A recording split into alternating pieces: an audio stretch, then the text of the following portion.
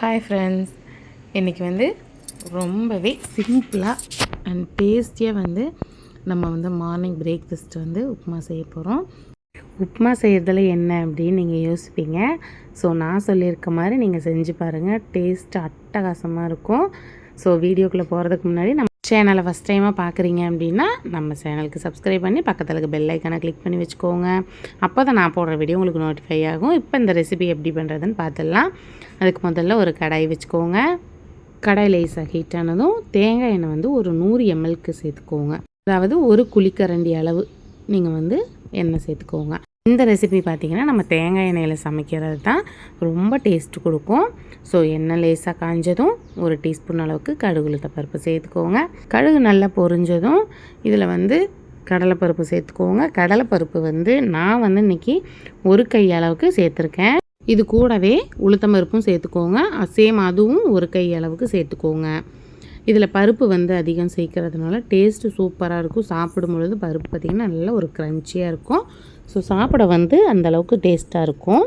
அதனால தான். இல்லை உங்களுக்கு பருப்பு கம்மியாக தான் வேணும் அப்படின்னா நீங்கள் 2 டேபிள் ஸ்பூன் அளவுக்கு கடலைப்பருப்பும் உளுத்தம்பருப்பு சேர்த்துக்கோங்க. பருப்பு சேர்த்துட்டு நல்லா வறுத்துக்கோங்க. பருப்பு நல்லா கலர் சேஞ்ச் ஆகி வரணும். நல்லா ஒரு கோல்டன் ப்ரௌன் கலர் வரணும். அது வரைக்கும் நல்லா எண்ணெயிலே வறுத்துக்கோங்க. பருப்பு நல்லா வறுத்ததும் பாருங்கள், இந்த அளவுக்கு கலர் மாறி வரணும். அப்போ தான் நம்ம சாப்பிடும்பொழுது அந்த பருப்பு நல்ல ஒரு க்ரன்ச்சியாக இருக்கும். இந்த அளவுக்கு நல்லா பருப்பு வறுத்துட்டு இதில் ஒரு 5 பச்சை மிளகாயை நீளவாக்கில் கட் பண்ணிவிட்டு சேர்த்துக்கோங்க.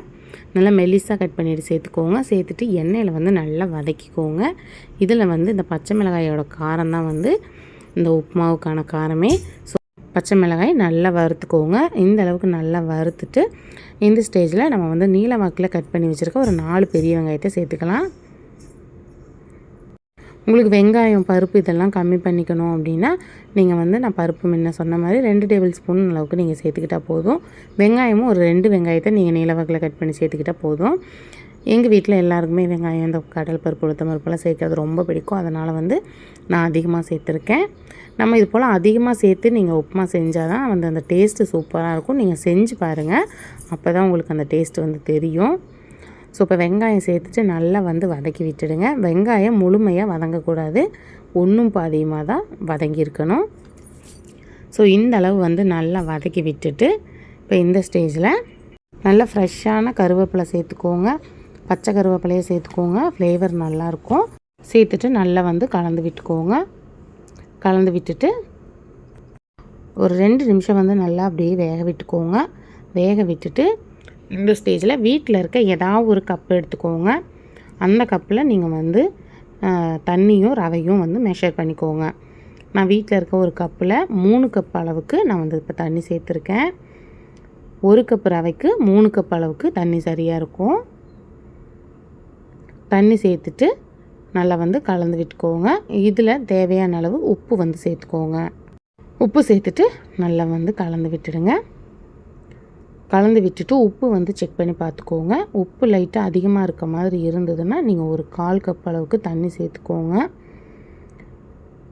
உப்பு 1 டீஸ்பூன் அளவுக்கு கல்லுப்பு சேர்த்துக்கோங்க, கரெக்டாக இருக்கும். சேர்த்துட்டு உப்பு செக் பண்ணி பார்த்துக்கோங்க. இப்போ இதை மூடி போட்டு ஒரு 3 நிமிஷம் ஹை ஃப்ளேமில் வச்சு கொதிக்க வச்சுக்கலாம்.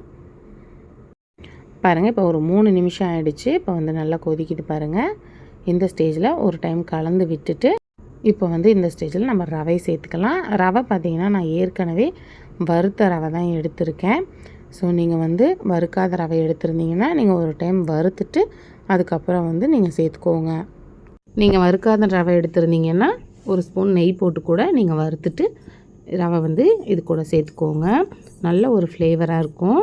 இப்போ நான் எடுத்து வச்சுருக்க ரவையெல்லாம் சேர்த்துட்டேன். சேர்த்துட்டு நான் கலந்து விடுறது போலவே நீங்கள் கலந்து விடுங்க. அப்படி இல்லைன்னா ரவையெல்லாம் ஒன்றோட ஒன்று கட்டிகளாகிடும். அப்புறம் கட்டி ஆகிடுச்சின்னு பார்த்தீங்கன்னா அது ரவை உள்ளே வேகாத மாதிரியே இருக்கும். ஸோ இது போல் கைவிடாமல் ரவை சேர்த்ததுமே நீங்கள் கைவிடாமல் கலந்து விடணும்.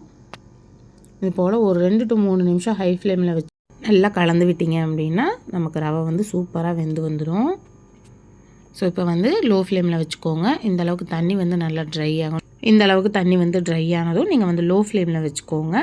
லோ ஃப்ளேமில் வச்சு மூடி போட்டு 1 நிமிஷம் மட்டும் அப்படியே விட்டுடுங்க. கலந்து விட வேணாம். மூடி போட்டு நம்ம வைக்கும் பொழுது ரவை வந்து இன்னும் கொஞ்சம் நல்லா வந்து தண்ணியில் வற்றி ரவை நல்லா வெந்து வந்திருக்கும். இப்போ வந்து மூடி போட்டு லோ ஃப்ளேமில் வச்சுக்கலாம். பாருங்கள், இப்போ வந்து 1 நிமிஷம் ஆயிடுச்சு. ரவை வந்து கடாயில் ஒட்டாமல் எவ்வளோ சூப்பராக வெந்து வந்திருக்கு பாருங்கள். ஸோ நீங்களும் இது போல் ட்ரை பண்ணி பாருங்கள். இப்போ வந்து நல்லா கலந்து விட்டுட்டு இதில் தேவையான அளவு கொத்தமல்லி இலை தூவி சர்வ் பண்ணுங்கள். டேஸ்ட்டு சூப்பராக இருக்கும். ஸோ ரவை வந்து ரொம்ப குழைவாக இல்லாமல் சாப்பிட்றதுக்கும் பார்த்திங்கன்னா அவ்வளோ சூப்பராக இருக்கும். ஸோ மிஸ் பண்ணாமல் இந்த போல் ட்ரை பண்ணி பாருங்கள். உங்கள் எல்லாருக்குமே ரொம்ப பிடிக்கும். ஓகே ஃப்ரெண்ட்ஸ், இந்த வீடியோ உங்களுக்கு பிடிச்சிருக்கும்னு நினைக்கிறேன். வீடியோ பிடிச்சிருந்தால் லைக் பண்ணி ஷேர் பண்ணி கமெண்ட் பண்ணுங்கள். அண்ட் மறக்காமல் நம்ம சேனலை சப்ஸ்கிரைப் பண்ணி பக்கத்தில் இருக்க பெல் ஐக்கானை கிளிக் பண்ணி வச்சுக்கோங்க. அப்போ தான் நான் அடுத்தடுத்து போடுற வீடியோ உங்களுக்கு நோட்டிஃபை ஆகும். இதே போல் நிறைய வீடியோ நம்ம சேனலில் அப்லோட் பண்ணியிருக்கோம். செக் பண்ணி பாருங்கள், உங்களுக்கு யூஸ்ஃபுல்லாக இருக்கும். யூஸ்ஃபுல்லாக இருந்தால் உங்கள் ஃப்ரெண்ட்ஸ் அண்ட் ஃபேமிலிக்கும் ஷேர் பண்ணுங்கள். அவங்களுக்கும் யூஸ்ஃபுல்லாக இருக்கும். அடுத்த வீடியோவில் பார்க்கலாம்.